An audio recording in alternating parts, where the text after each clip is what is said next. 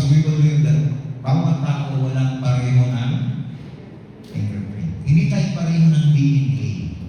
And what's the DNA, by the way? Diba pag mga scene of the crime operatives?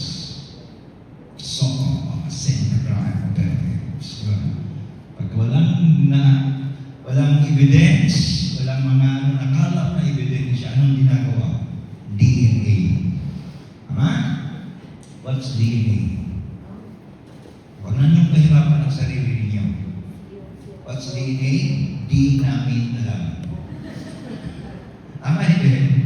Huwag na niyong i-worry. Mati ito kayo. So na kayo mga huwag niyong stress ang sarili ninyo. DNA, di namin alam. Ganun lang yan kasi pag DNA. Okay, so ayan. Yan po ang namin ng company, and our tagline is new mindset, new actions, and new results. So we have to create new mindset, and we will create new actions as a leader, and we will get different results. Okay? NBK, by the way, is my name, Narciso P. Quintana. Okay, hindi lang siya new breakthrough. And yeah, 4 things we should be managing today. Ilan? Forward. So are you ready? Sabihin mo sa katabi mo, are you ready? Okay, ready na kayo? So tuloy-tuloy na tayo. Number 1, we should be managing time. What's number 1? Why time? As leaders, bakit kailangan natin ng time? Time is gold. In Spanish, il orasan is muy bulawan. Tama ba hindi? By the way, ang joke ni Coach Ciso is only for bright people. Ha? Pag hindi kayo tumawa, ang ibig sabihin yan, hindi nyo naiintindihan ang joke ko. Okay? So, pilitin talaga yung tumawa kahit hindi na nakatawa yung mga jokes ko. Okay? Ha? For bright people only to. Alam mo na ito. Okay, number 1, time. Why time is important? Sabi natin time is gold. Yeah, why time is gold? If you have ATM with you, mayroon ba kayong ATM? Ano yung ibig sabihin ng ATM? Ang taong mautangan. ATM, ang tanan kay misis. Agree? Diba? Yung misis ang ATM. If you have your ATM with you and you will go to an ATM machine, diba? Balance check. You will know how much money you have up to the last centavo. Right or right? But you don't know how much time you have in there. Kaya, we have to value time. Sabi mo sa kami mo, kaya huwag kang matulog. Makinig ka kay coach. Walang tulugan. I don't know, ano yung malaman yung mga matatanda na raw versus yung mga young?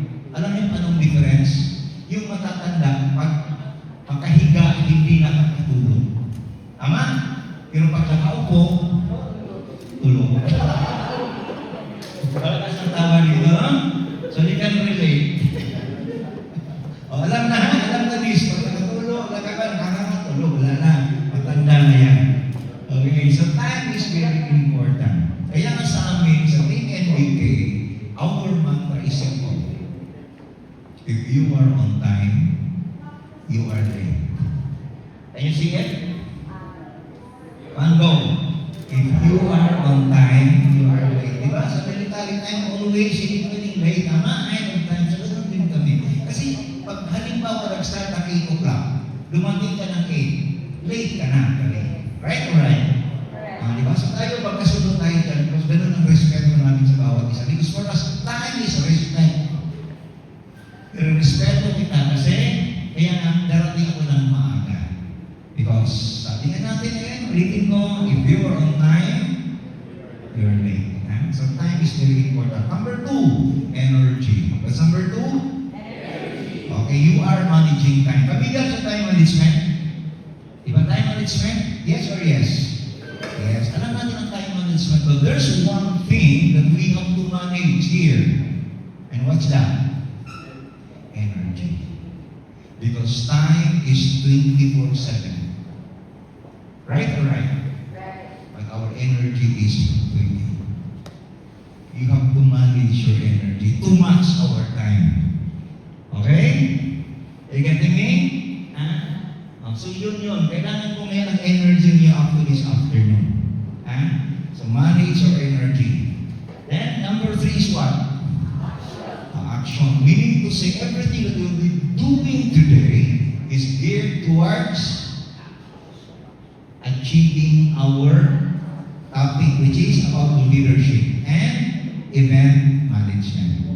Okay? Action. Dapat align. Example, naglilinis ka ng bahay, alas 8 up to 10 o'clock. Pagdating ng 11, anong gagawin mo dapat? Magluluto. Tama. You have to pause and cook. Kasi kailangan na. So dapat yung action mo naka-align. Okay? Hindi mo ituloy kasi kailangan magsaing ka na, mag-prepare ka na ng lunch. Okay? So that's the thing. We have to be aligned with our action. And number 4, ang pinaka-importante. What's the number 4? Mindset para mindset. Pamilya, mga bata ngayon, yung mga anak natin, dati ba, mindset ba, mindset. What is mindset? It's the way you look at things. There are 2 kinds of mindset, ladies and gentlemen. Number 1, fixed mindset. What's number 1? What is fixed mindset? Pag sinabing fixed, ano na yan? Sa mga lalaki, pag sinabing fixed, ano na? Wala nang pagbabago. Wala na. Sir, ginawa na namin yan noon, hindi yan nag-work. Okay? And there's another one in which dapat doon tayo naka-align. What's that? Growth mindset. What's the word? From the word growth mindset, ano ibig sabihin?